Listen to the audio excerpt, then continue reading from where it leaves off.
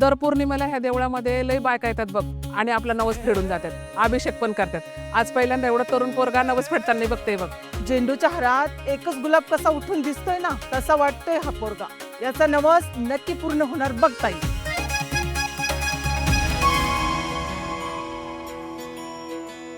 नमो नमो जी शंकरा भोलेनाथ शंकरा जय त्रिलोकनाथ शंभु हे शिवाय शंकरा नमो नमो जी शंकरा महादेवा, आज माझा वाढदिवस।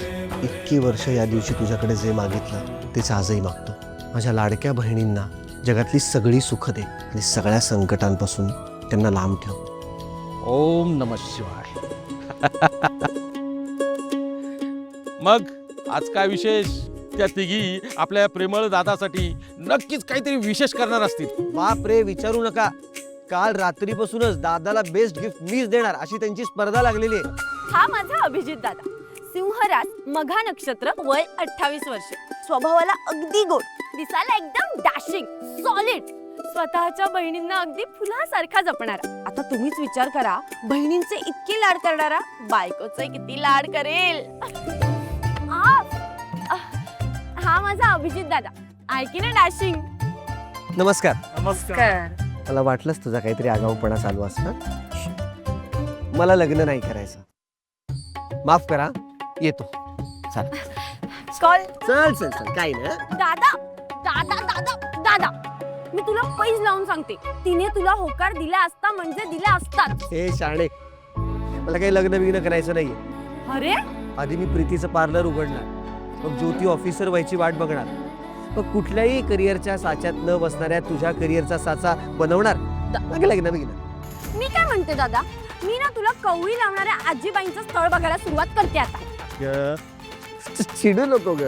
मग काय, मला वाढदिवसाला तुला बेस्ट गिफ्ट द्यायचं होतं। ऐक कीर्ती, तुम्ही तिघी हे मला मिळालेलं आतापर्यंतचं सगळ्यात स्पेशल गिफ्ट आहे। पण मी तुझं सर्वात बेस्ट गिफ्ट आहे ना। ते सगळं ठीक आहे, पण प्रीती कुठे आहे? काय ग, माणसाचाच कातड आहे ना? काय नाही, इथं गोंधायला येणार पोरं पोरी गोंधताना रडून रडून लाल बुंद होऊन जातात, पण तुझ्या तोंडातून हो नाही की तू नाही, पण डोळ्यातून एक थेंब देखील नाही, असं कसं काय? अहो आजी, मनात गुलाबाचं फूल असेल ना की बाहेर बाबळीचा काटा सुद्धा टोचत नाही। अगदी लाखातलं बोललीस बघ। तुझ्या नवऱ्याला नशिबाने, त्याला एवढी सोन्यासारखी बायको मिळणार आहे। अहो नाही नाही, तुमचा काहीतरी गैरसमज होतोय। हे माझ्या नवऱ्याचं नाव नाहीये, माझ्या मोठ्या भावाचं नाव। दादाचं? अगं असे बहीण भाऊ लई जगात पाहिले मी।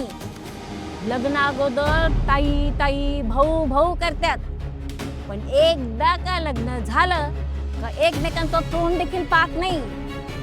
अगं इस्टेटीसाठी एकमेकांच्या उरावर देखील बसतात। हा, एक मिनिट आजी, मी आणि माझा दादा असे नाही। दुनिया इकडची तिकडे झाली ना तरी चालेल, लग्न होऊ दे किंवा राहू दे, माझा भाऊ मला कधीच अंतर देणार नाही आणि मी सुद्धा त्याला कधीच सोडणार नाही, अगदी माझ्या शेवटच्या श्वासापर्यंत। अगं तो हात दे इकडं, राहिलेलं काम पोरं करू दे। दे दे हात दे।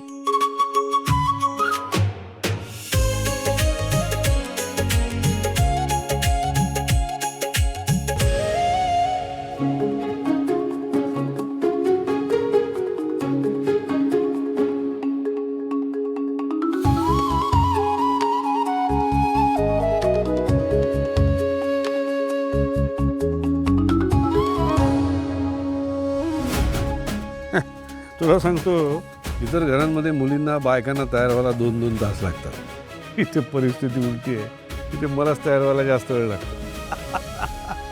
काय करणार, आमच्या सौंना आवडतं ना, आम्ही असा टिपटॉप राहिलेला। सौ, कसे वाटतायत तुमचे पती परमेश्वर?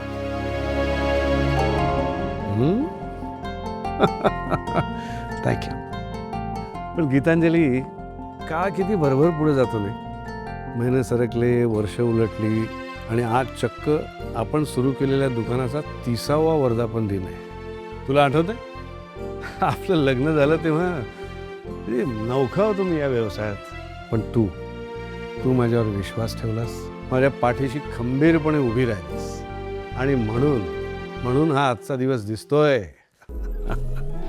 हा पण उगवणारा सूर्य कधी ना कधी मावळणारच ना. हे काय वय व्हायला लागलंय माझं आता. पण तू माझ्यासाठी नेहमी तशीच ध्रुव ताऱ्यासारखी अडळ आणि तरुण.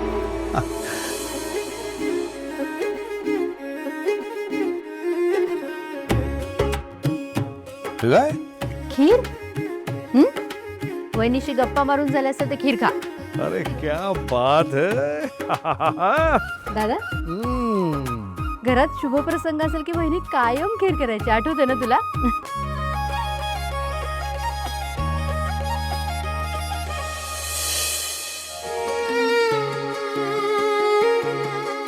एवढा चांगला प्रसंग आहे आज, कशाला डोळ्यात पाणी येते तुझ्या? सुलू किती काळजीने किती प्रयत्नपूर्वक या घरात त्या सगळ्या गोष्टींमध्ये तू तुझ्या वहिनीला जिवंत ठेवलं असेल. उंजळीतली फुलं असतात ना, त्याचा वास कसा ते ओंजळीला लागतो तसंच येते. तिने तुझ्यासाठी या घरासाठी काय काय केलंय आणि चांगल्या गोष्टी तशाच चालू राहिल्या तर काय वाईट आहे? काय त्यावर काय बोलू मी? काहीच बोलू नको, फक्त एका प्रश्नाचं उत्तर तेवढं मला दे. काय? तू आणि वहिनी काय एवढ्या गप्पा मारत असते रे सारखे? हा ए ते तुला काय करायचंय? अरे म्हणजे काय, मी बहीण आहे तुझी. हे आमचं नवरा बायकोचं सिक्रेट आहे. हा. ते तुला गमत माहितीये का? हा. काय बोलते ते फक्त मलाच कळतं. हो पण मला सांग ना, मी बहीण आहे ना तुझी, सांग ना. तू आता एकदा सांग ना. नको लाडीगोडी किती केलीस तरी मी तुला आमचं सिक्रेट काय कळू देणार नाही. बरं नको सांगू सिक्रेट, पण आता दुकानात जायचंय का इथेच गप्पा मारत राहायचंय? नक्की काय ठरलंय? मग खीर तर खाऊ दे. बरोबर खा, पण ये लवकर, गप्पा पुरे. हा मला वाटलंच होतं तू इथे असशील. तुला उशीर होणं काही शक्य नाहीये. सूर्य पूर्वेच्या ऐवजी पश्चिमेला उगवेल, पण तू वेळेतच हजर असणार. आपल्या घरातली सगळी घड्याळं तुझ्या घड्याळानुसार लावून घ्यायला हवी.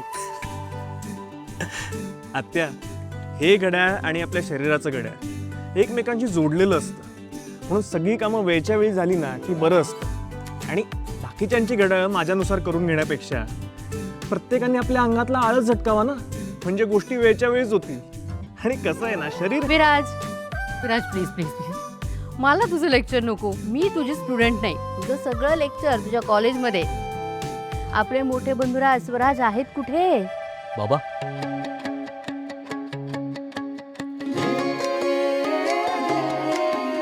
बाबा पाय पडतो. अरे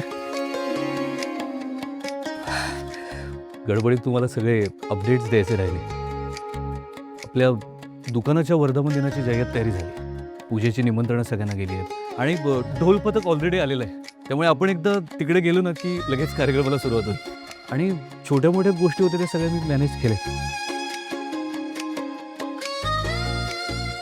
स्वराज, तुझ्याकडे बघितलं ना की मला तरुणपणीचा मी आठवतो. बघ तुझ्या डोळ्यांमध्ये कामाबद्दलची तीच आग, ती जिद्द दिसते मला. मी तुला कधी बोललो नाही, पण बाहेर कुठे तुझ्याबद्दल बोलताना अभिमानाने ऊर भरून येतो माझं. गर्व वाटतो सांगताना की तू माझा मुलगा आहेस. स्वतःची ओळख तू स्वतः तयार करशील. असंच काम करत राहा बेटा. प्राऊड ऑफ यू बेटा. नक्की.